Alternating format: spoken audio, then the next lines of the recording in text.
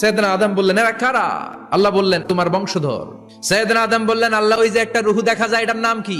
এটা তোমার ছেলে দাউদ, সে দুনিয়াতে নবী হয়ে আসবে। সাইয়েদনা আদম বললেন, মাবুদ, আমার ছেলে দাউদের কত বছর হায়াত আপনি দিয়েছেন? আল্লাহ বললেন, মাত্র 40 বছর। সাইয়েদনা আদম বললেন, মাবুদ, এত ফুটফুটে সুন্দর আমার ছেলে দাউদ, মাত্র 40 বছর দিলেন কেন? আল্লাহ, আপনি বাড়ায় দেন, আল্লাহকে বাড়ানো যাবে না, লেখা হয়ে গেছে। সাইয়েদনা আদম বললেন, আমার 1000 বছর থেকে 60 বছর আমি আমার ছেলেরে দিয়ে দিলাম।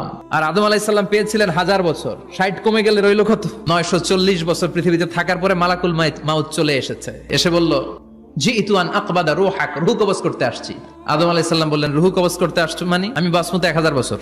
মালাকুল মাউত বললেন, না না, ওই যে আগের কথা স্মরণ করেন, আপনি 60 বছর দিয়া দিছিলেন। কয়, না, আমি দেই নাই। মালাকুল মাউত বলে, আল্লাহ, ঘটনা দেখেন, দিয়া কয় দেই নাই। আল্লাহ কয়, থাক, কথা কইস না, আয়া পর। ভুলে গেছেন উনি। সেদিন থেকে আল কিতাব ওয়া শুহুদ, মানে লিখে রাখার সিস্টেম আর সাক্ষীর সিস্টেম চালু হয়েছে।